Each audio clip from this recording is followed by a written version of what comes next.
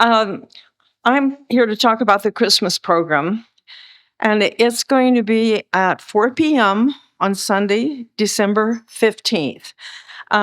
We're trying something different this year. It's open to anyone who wants to participate at any age. If you have something you have always wanted to share about Christmas, a song, a poem, a favorite reading, etc., just let Angelique or me know. We hope the children of Wednesday night will have at least one song on the colored bells. We're going to work on that. We're hoping the children's Sunday school classes will also prepare songs to sing. The youth are encouraged to prepare something. We really do want this to be an all-church thing. I have been requested to have a quartet do a Christmas song. And if you have a favorite song you want played or sung, let us know. We hope to weave it all together with scripture and Christmas carols, praying for a blessed afternoon for everyone to enjoy. Hi, I'm Larry Davis. We are going to see if there's anyone that would like to be in a small group that isn't, or someone who is in a small group that wants to change. But the point being is that it's been a while since there's been any of them organized. Our previous organization person for the small groups is no longer with us, and consequently, nothing has been done. And we've been here over 2 years and still haven't found a small group that we could join. So the next thing is to try to get people together. So next Sunday, the 13th, we are going to get together right after church for anyone who is interested in, number one, being in a small group. That we have no one who has volunteered yet to be leaders, so that means that we have an opportunity to organize from the ground up, finding a group, letting you figure out who your leader is, and then working it from there. The three areas that people might be concerned about when you're thinking about joining a small group. Number one is the time. Some of us work in the daytime, some of us work at night, some of us don't work at all, so that means that we're free whenever we want to be.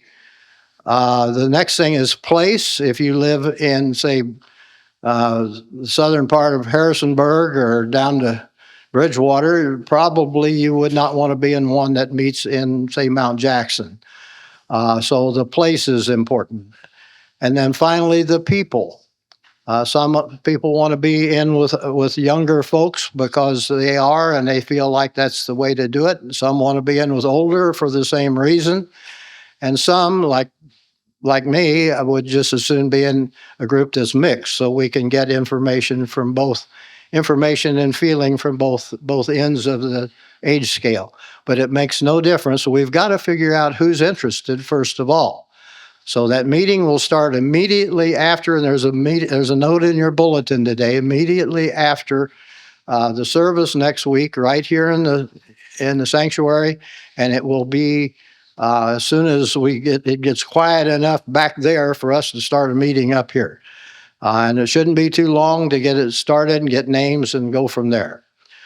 The other thing we need, I have not volunteered, nor will I, to be the coordinator of the small groups. Somebody needs to replace the person that was, and we need someone to do that.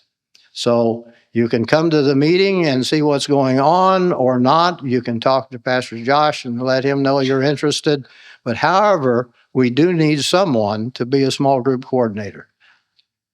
Another note on small groups, Larry, there is a lot of information already, like studies back in the library.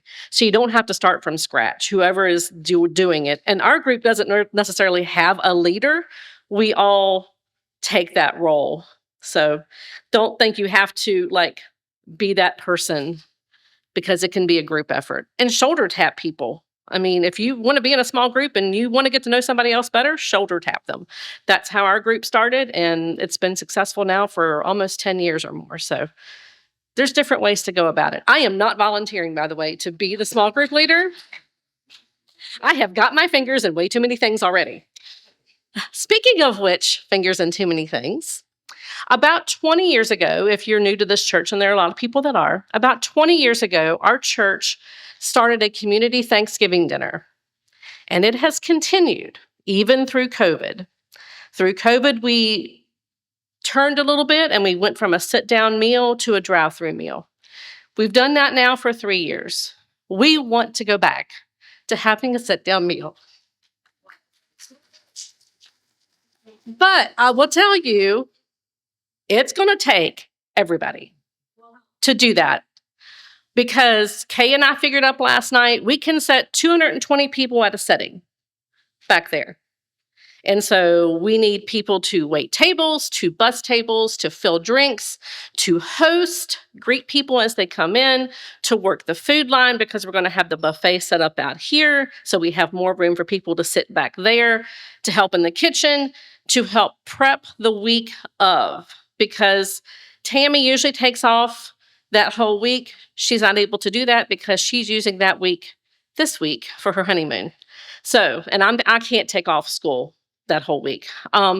So Thanksgiving is November the 28th. So we'll be looking for help that whole week. We'll be looking for donations. There will be more information coming, but we're going back to a sit-down meal. Good morning. I have two things. One is going to be from Sharon Nesselrod's going to come up right after I'm done. She's going to share just a report really quick from the relief sale. But before that, I wanted to talk to everybody about an opportunity that myself and, I was talking to Glenn about it and with Kay about it. We've been dreaming about how can we take our missions that are so much a part of this church, our clothing bank, and our food pantry that happen every Monday, and use that as an opportunity to connect people to Christ. And so a possibility that we're dreaming about here, again, we'll need some folks to help with, is maybe providing, there's people, if you come here on a Monday, you'll see people lined up around here sitting in their cars all Monday, sometimes starting in the morning to the afternoon. And so while people are sitting there in our parking lot, we could bring them in.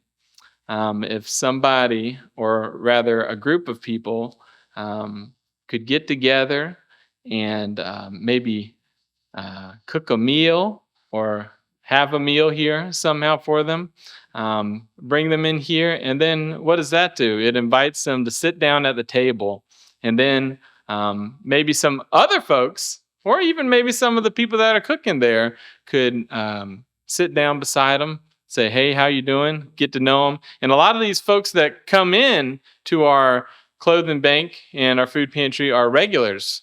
So they'll be here next week and the week after that. And you can develop a relationship with them and plug them into our church.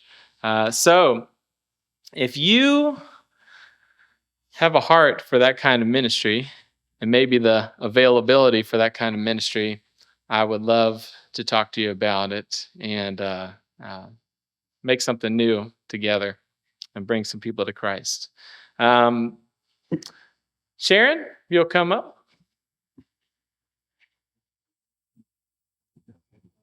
Good morning. I have a short letter here from the chair of the relief sale that he is just thanking everybody who made the 58th annual Virginia Mennonite Relief Sale a success. I believe this is the highest preliminary total this year that we've ever had. It was a beautiful day, and many people came to the fairgrounds to donate to support the efforts of MCC. Not everything went perfectly, but everyone adapted and made it a great day. I especially want to thank the many volunteers who made this happen. Without all of the volunteers, this event would not happen. We all worked together to raise money for MCC in the name of Christ. And with that, I want to say thank you to all of you who helped sell pies and bake pies. That was also a success. We sold between 430 or 435 pies, which probably would be over $6,000 of the proceeds. The preliminary total proceeds was $439,427.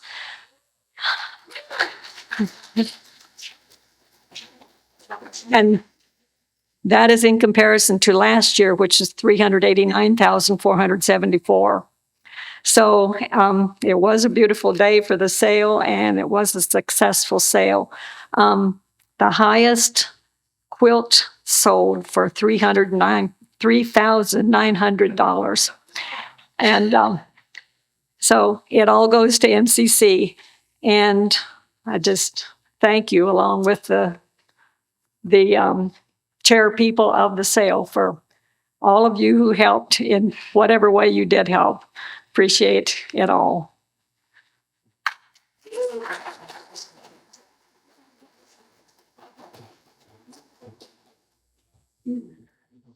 Good morning. I'm Amanda Falls. To anybody that's new here, I'm with the food pantry, one of our missions here at the church.